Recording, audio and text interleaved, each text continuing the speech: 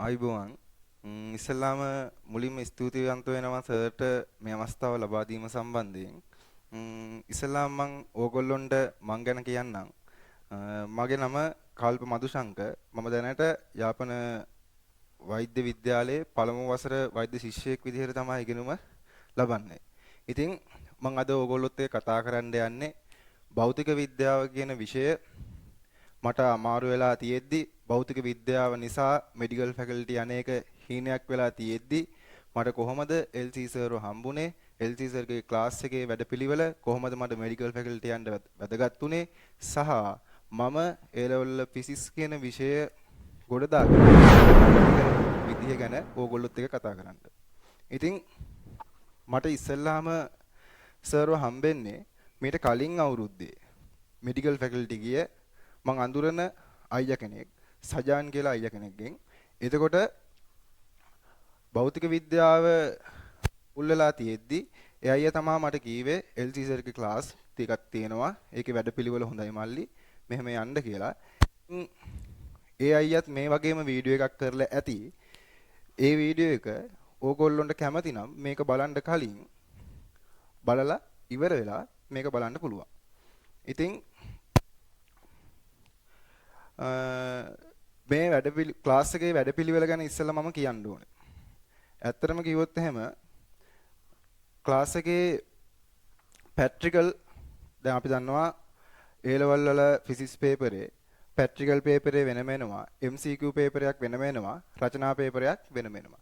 එතකොට ක්ලාස් එකේදී අපිට මේ පේපර තුනට වෙන වෙනම සූදානම් කෙරෙව්වා.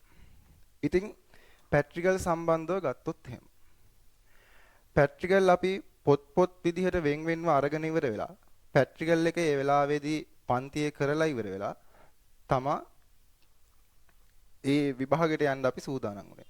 ඉතින් පැට්‍රිකල් එකේදී පැට්‍රිකල් වලට ඒ අදාළ උපකරණය අපේ අතට හම්බෙලා අපිට ඒ උපකරණය බලන්න දීලා ක්ලාස් එකේම පැට්‍රිකල් එක කරන්න දුන්නාම ඒ ප්‍රායෝගිකව පැට්‍රිකල් එකේ ගොඩක් ගැටලු වලට මුහුණ දෙන්න වුණා. ඉතින් ඒ හින්දා පැට්‍රිකල් කටපාඩම් කිරිල්ලක් තිබ්බේ නැහැ. එතකොට මහාචාර්යවරයා පැට්‍රිකල් පේපර් එකේදී අහන ප්‍රශ්න අපිට ඒ ප්‍රායෝගිකව ඒ පැට්‍රිකල් එක කරන වෙලාවේදී දෙන්න වෙච්ච ප්‍රශ්න. එතකොට මේකෙදී පොත් විදිහට පොත් 7ක් අපිට හම්බුණා. මට මතකයි පොත් 7ක් හම්බුණා. ඒතර ඒ පොත්වල පැට්‍රිකල් එකෙන් පැට්‍රිකල් එකට වෙනම තියනා වගේම පහුගිය අවුරුදු කිහිපයක මේ දක්වා ආපු ඒ පැට්‍රිකල් එකකින් ආපු ප්‍රශ්න ටික අපි ඒ වෙලම පන්තියේ කරනවා. ඉතින් පැට්‍රිකල් පේපර් එක ගැන දැන් ගොඩක් ගුරුවරු පැට්‍රිකල් උගන්වන්නේ කොහොමද? බෝඩ් එකේ ලියලා ඉවර වෙලා පැට්‍රිකල් එක ඇඳලා ඉවර වෙලා එහෙම කරන්නේ. එතකොට පැට්‍රිකල් ඒ වගේ ක්ලාස් වලට යන දරුවන්ට තියෙන්නේ අනිවාර්යයෙන්ම කටපාඩම් දැනුමක්නේ. ඉතින් අර එහෙම පැට්‍රිකල් උපකරණේ දීලා පැට්‍රිකල් එක පන්තියේ කරවපුවාම අමුතුවෙන් ආයේ පැට්‍රිකල් එක පාඩම් කරන්න උවමනාවක් තිබ්බේ නැහැ. ඒ වගේම තමයි අපේ ක්ලාස් එකේදී තියරි ළමයෙකුට මේ විදිහට පාස් පේපර් කරද්දී අපි පාඩමෙන් පාඩමට වෙන් විදිහට වෙන් කරලා ඉවර වෙලා තමයි පාස් පේපර් මුලින්ම කරේ. ඒ කියන්නේ උදාහරණයක් විදිහට යාන්ත්‍ර විද්‍යාව ගත්තොත් එහෙම යාන්ත්‍ර විද්‍යාව අපි උගන්වුවාට පස්සේ යාන්ත්‍ර විද්‍යාව කොටස් කිහිපයකට කඩලා උගන්වනවා. ඒ උගන්වුවාට පස්සේ පහුගිය අවුරුදු වලින් ආපු ප්‍රශ්න සෙට් එක අරගෙන ඉවරලා එක දිගට කරා. ඒ වගේම MCQ පාඩමෙන් පාඩමට වෙන් කරලා ඉවර වෙලා MCQ ටිකත් මෙන්න මේ විදිහට වර්ගීකරණය කරලා කරගෙන ගියා. එතකොට එතනින් අපිට මුලින්ම පාස් පේපර් අහුණා වගේම තමයි අපි සම්පූර්ණ සිලබස් එක ඔක්කොටම කලින් ඉවර කරනවා. ඒක අනිවාර්යෙන් කරනවා. මේ ඒ ඉවර කරාට පස්සේ අපි පාස් පේපරේ සම්පූර්ණ පාස් පේපර් එක, ඒ කියන්නේ MCQ පේපර් එක, රචනා පේපර් එක සහ පැට්‍රිකල් පේපර් එක කියන තුනම එකට තියෙන පොතක් විදිහට දෙනවා. ඒ පොත වෙනම කරගෙන යනවා. එතකොට තියරි ළමයෙකුට මම අර කියපු වර්ගීකරණය කරලා දෙන MCQ සහ එසේ ප්‍රශ්න සෙට් එකෙන් වගේම මෙතන පාස් පේපරේ පොතක් විදිහට දීලා ඒ කරන වැඩෙන් දෙපාරක් අහු වෙනවා. ඉතින් ඒ විදිහට පාස් පේපර් කරපුවාම කොහොමත් ෆිසික්ස් කියන විෂය ගොඩ දාගන්න පුළුවන් වෙනවා.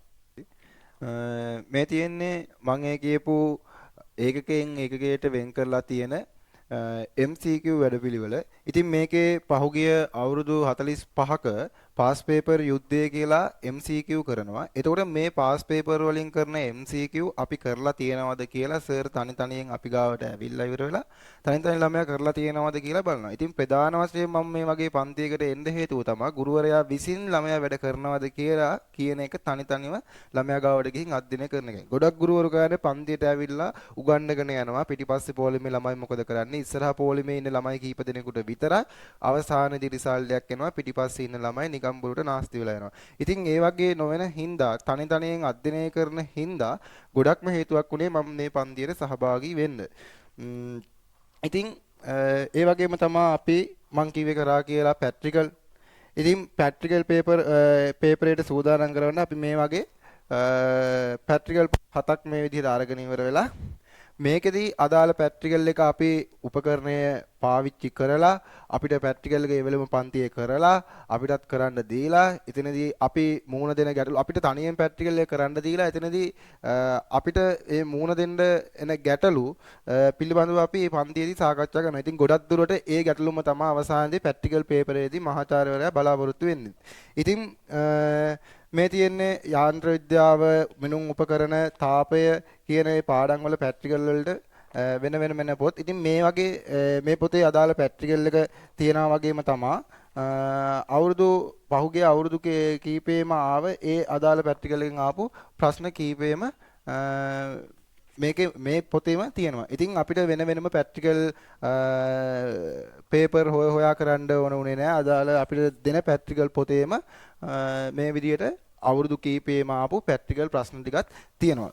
ඉතින් ඒ වගේම තමයි රචනා පේපරේට සූදානම් කරවන්න අපි වෙනම ඒකක වශයෙන් ඉවර කරපුවාම මේ විදිහට රචනා පේපරේට සූදානම් කරන්නත් පාස් පේපර් යුද්ධය කියලා පහුගිය අවුරුදු 50ක රචනා ප්‍රශ්න සෙට් එක එක පාඩමෙන් ලියවුවා. ඉතින් මේ තියෙන්නේ ඒ වගේ කරපු එකක්. මේකේ යාන්ත්‍ර විද්‍යාව දෙවැනි ඒකකයට අදාළව 1982 ඉඳලා මේ දක්වා A-level exam එකේ ආපු ප්‍රශ්න ඔක්කොම තියෙනවා. ඉතින් අපි මේ ප්‍රශ්න ඔක්කොම ටික ක්ලාස් එකේදී සාකච්ඡා කරලා අපිට ලියන්න දීලා මේ විදිහට තමයි අපි කරගෙන ගියේ. ඉතින් මේ වගේ වැඩපිළිවෙලක් කරපුවාම අනිවාර්යයෙන්ම මේ භෞතික විද්‍යාව කියන විෂයට හොඳ රිසල්ට් එකක් ගන්න ඒක උදව් වෙනවා. ඕගොල්ලන්ටත් මේක බලද්දි ඕගොල්ලන්ටම තේරෙනවා ඇති. ඉතින් වෙන වෙනම පාස් පේපර් හොයා දැන් මේ 1999 1998 පාස් පේපර් එහෙම හොයාගන්න අමාරුයි. ඉතින් මේ පාස් පේපර් ඔක්කොම මේ විදිහට වෙන් වශයෙන් තියෙන හින්දා ගොඩක් පහසු වුණා ඒ ප්‍රශ්න කරන්න. ඉතින් ඒ වගේම තමයි පාස් පේපර් විතරක් නෙමෙයි අපි මේ විදිහට ඉස්සෙල්ලාම මුලින් අපි පන්තියට ඇතුල් වෙනවත් එක්කම අපිට සමහර සුළු කිරීමේ ගැටලු වෙනවා කොහොමද සුළු කරගන්නේ මේ වගේ දේවල්. ඉතින් ඒකට හොඳම විසඳුමක් අපිට තිබ්බා ඒ කාලේදී කරා මැත් පොෆිස් කියලා. ඉතින් මේ විදිහට ඒ ගණිත සංකල්ප මූලිකව අපි ඒකෙදි කියලා දුන්නා. ඉතින් ඒ වගේ දේවල් කියලා දීලා ඉවර වෙලා මුලින්ම ක්ලාස් එකට ආවම අපිට ගොඩක් පහසු වුණා සුළු කරගැනීමේ ගැටලු තියෙන ළමයිට එහෙම ගොඩක් මේ ක්‍රමේ පහසු වුණා. ඉතින් ඒ වගේම තමයි මේ MCQ පේපර් එක ගොඩක් ළමයිට තියෙන ගැටලුවක් තමයි MCQ පේපර් එකට වෙලා මදි වෙන ප්‍රශ්න 50 හරියට කරගන්න බැරි වෙන එක. ඉතින් ඒ ප්‍රශ්නේ මග ඇරෙන්න ලොකුම හේතුවක් වුණා අපිට කෙටි ක්‍රම කියලා දුන්නා. ඉතින් ඒ කෙටි ක්‍රම ගොඩක් කියලා දෙනවා වගේම තමයි ඒ කෙටි ක්‍රම ටික ලියාගන්න අපිට වෙනම චූටි නෝට්බුක් එකක් වගේ එකක් හම්බුණා. ඉතින් ඕගොල්ලොන්ටත් පන්තියට සහභාගී වුණාම ඒ වගේ කෙටි ක්‍රම ගොඩාක් දැනගන්න පුළුවන් වෙයි. ඒක ගොඩක් වැදගත් වෙනවා MCQ පේපරේ වෙලාව මදි වෙන එක නවත්ත ගන්න. ඉතින් ඒ වගේම තමයි පාස් පේපර් විතරක් නෙමෙයි අපි මේ වගේ නිර්මාණාත්මක ප්‍රශ්නත් මේ විදිහට රචනා ප්‍රශ්න කරා පන්තිය ගොඩක් කරා පාස් පේපර් වලට අමතරව MCQ එන්න පුළුවන් දැනට අහලා නැති මේ වගේ එන්න පුළුවන් කියලා නිර්මාණාත්මකව එන්න පුළුවන් රචනා ප්‍රශ්න ඝර්ෂණය සම්බන්ධව මේ උදාහරණයක් විදිහට මේ පොතේ මේ තියෙන ඒ ඝර්ෂණය සම්බන්ධ තියෙන ප්‍රශ්න ඊට පස්සේ MCQ ගොඩක් දේවල් නිර්මාණාත්මක විදිහට ආපු ප්‍රශ්න කරා. ඒ වගේම මේ තියෙන්නේ ඒ වගේම එකක් තමයි. මේකේ තියෙන්නේ පාස් පේපර් නෙමෙයි මේකේ තියෙන්නේ නිර්මාණාත්මක විදිහට යාන්ත්‍ර විද්‍යාව කියන එකකින් සරල රේඛීය චලිතය කියන පාඩමෙන් එන්න පුළුවන් රචනා ප්‍රශ්න සෙට් එක රචනා ප්‍රශ්න විදිහට කරලා තියෙනවා. ඉතින් රචනා පේපරයක් කරන්න අනිවාර්යයෙන්ම ප්‍රායෝගික දැනුම අවශ්‍ය වෙනවා. ඉතින් යම් අපේ ජීවිතයේ අපේ වටපිටාවේ සිද්ධ වෙන යම් ප්‍රායෝගික දෙයක් වටා ගෙදිච්ච කතාවක් තමයි අපිට රචනා පේපරේදී ඒකේ භෞතික විද්‍යාත්මක සංකල්ප තමයි අහන්නේ. ඉතින් ඒ වගේ ප්‍රායෝගික දේවල් වලට අපේ ඔළුව හුරු කරන එකත් ක්ලාස් එකේදී කරා. ඉතින් ඒ වගේම තමයි මේ ක්ලාස් එකේදී මම ගොඩක්ම එන්න තවත් හේතුවක් තමයි අනවශ්‍ය විදිහට අනවශ්‍ය කතා කියලා පන්තියේ කාලේ නාස්ති කරවෙන්නේ නැති එක. ඉතින් ක්ලාස් එකට එන තමන් ගාවට එන ළමයාට උපරිම සාධාරණයක් කරලා දැනුම විතරක් දෙන්න උත්සාහ කරපු ගුරුවරයෙක් විදිහට මම අදටත් දකිනවා. ඉතින් ඒ හින්දා තමයි ප්‍රධාන වශයෙන්ම ක්ලාස් එකට මම මේ විදිහට සහභාගී වෙන්න ඒකත් හේතුවක් වුණා. ඉතින් මේ වගේ ගොඩක් දේවල් හම්බුනා වගේම තමයි මේ තියෙන්නේත් ඒ වගේම මම කිව්ව නිර්මාණාත්මක රචනා ප්‍රශ්න ආපු තාපේ පාඩමෙන් අපි කරපු ටියුට් එක. ඉතින් මේ වගේ නිර්මාණාත්මක ප්‍රශ්න පාස් පේපර්ස් ඔක්කොම දේවල් කරලා ගියාට පස්සේ අනිවාර්යයෙන් මේ භෞතික විද්‍යාව කියන විෂයට ඒ සාමාර්ථයක් ගන්න එක කරන්න බැරි වැඩක් නෙමෙයි. ඉතින් මම දැන් කතා කරන්නම් මම ඒ ලෙවල් වලදී මේ විදිහට සර්ගේ වැඩපිළිවෙල කරගෙන මමත් කොහොමද මේ විදිහට ෆිසික්ස් වල වැඩ ටික කරගෙන ගියේ මෙඩිකල් ෆැකල්ටි යන්න කියන එක. ඉතින් සර් පාස් පේපර් මේ විදිහට කරවුවා වගේම තමයි මමත් තනියෙන්ම ආයෙ පාරක් පාස් පේපර් කරන්න ගත්තා. ඒ කියන්නේ සර් ක්ලාස් එකෙන් කරනවා ඊට පස්සේ මම අර කියපු විදිහට පොත වශයෙන් වෙන් වෙන්ම කරනවා. ඉතින් ඊට අමතරව මමත් පාස් පේපර් මෙන්න මේ දවසේ කරනවා කියලා මමත් එහෙමම පාස් පේපර් කරගෙන ගියා. ඒතකොට මට වට 3ක් විතර පාස් පේපර් වට 4ක් විතර කර වෙනවා. ඉතින් පැට්‍රිකල් වලටත් මම කරේ දැන් මේ විදිහට පොතක් හම්බෙනවා වගේම මමත් කරා 2000 ඉඳලා 2023ට එනකම් ඒ ආපු පැට්‍රිකල් පේපර් ටික විතරක් තියෙන විදිහට පොතක් හදාගෙන ඉවර වෙලා ඒ පැට්‍රිකල් වලට උත්තර ලියන්න ගත්තා. ඒ වගේ පැට්‍රිකල් පොත් 3ක් විතර මම ගහගෙන ඉවර වෙලා ඒ වට 3ක් විතර පැට්‍රිකල් එක ලියුවා. ඉතින් මේ පැට්‍රිකල් එක ලියද්දී අපි පැට්‍රිකල් එක ක්ලාස් එකේදී කරන වෙලාවේදී අපිට මුහුණ දුන්නු ගැටලු පැට්‍රිකල් පේපරේදී අහලා තියෙනවා. ඉතින් ඒ හින්දා සැරයක් දෙසරයක් ලියවට පස්සේ අනිවාර්යයෙන් මේවා මතක හිටිනවා. ඉතින් ඒ වගේම තමයි විවරණ ලියන එක. ඉතින් අපේ ක්ලාස් එකේදී අපිට විවරණ ලියුවා. අපි පාවිච්චි කරා රොසර්ගේ විවරණ පොත් කට්ටියම දැන් ගොඩක් දන්නවා බයෝ කරන දරුවෝ ළමයි ගොඩක් දෙනෙක් දන්නවා ෆිසික්ස් වලට තියෙන රොසර්ගේ විවරණ කියලා. ඉතින් ওই පොත් ගොඩක් දරුවන්ට ගන්න අමාරුයි. ගොඩක් ළමයිට ගන්න අමාරු හින්දා අපි වෙනම පුස්තකාලයක් පවත්වාගෙන යනවා. මේ පුස්තකාලයට කලින් අයියලා පාවිච්චි කරපු ඒ ෆිසික්ස් සම්බන්ධ පොත් ෆිසික්ස් විතරක් නෙමෙයි කෙමිස්ට්‍රි සම්බන්ධව ෆිසික්ස් සම්බන්ධව තියෙන පොත් ඔක්කොම ටික ඒ පුස්තකාලේ අපි තියෙනවා. ඉතින් ඒ විදිහට අර ආර්ථික අපහසුතාව තියෙන දරුවෝ වෙනුවෙන් පොත් ගන්න බැරි දරුවෝ වෙනුවෙන් ඒ විදිහට පොත් තියලා තියෙන හින්දා මමත් කරේ මොකද්ද රෝස සර්ගේ විවරණ පොත් ටික සර්ගෙන් ඉල්ලගෙන ඉවර වෙලා වගකීමක් අරගෙන ඒවා විවරණය කරලා ඊළඟට ඒ ලෙවල් වලට සර් ගාවට නංගිලා මල්ලාට ඒවා පරිස්සම් කරලා මමත් ප්‍රයෝජනයක් අරගෙන අහපව බාර දුන්නා. ඉතින් ඕගොල්ලොන්ටත් පුළුවන් ක්ලාස් එකට ආපුවාම එහෙම නැති පොත් ගන්න අමාරු පොත් තියෙනවා නම් සර්ගේ මාර්ගෙන් සර්ව දැනුවත් කරලා ඉවරලා ඒවා අරගෙන අත්දින ගන්න. ඉතින් මේ රෝස සර්ගේ විවරණ පොත් ගොඩක් වැදගත් වෙනවා මේ විදිහට ෆිසික්ස් වල MCQ වැඩි කරගන්න. ඉතින් ඒ වගේ ඉතා සරල විදිහට පැහැදිලි කරලා තිනවා වගේම මම විවරණ කරා. ඒ විවරණ කරපු හින්දා තමයි MCQ මට්ටමත් වැඩි උනේ. ඕගොල්ලොත් ඒක කරලා බලන්න අනිවාර්යෙන් හරියනවා. ඒ වගේම තමයි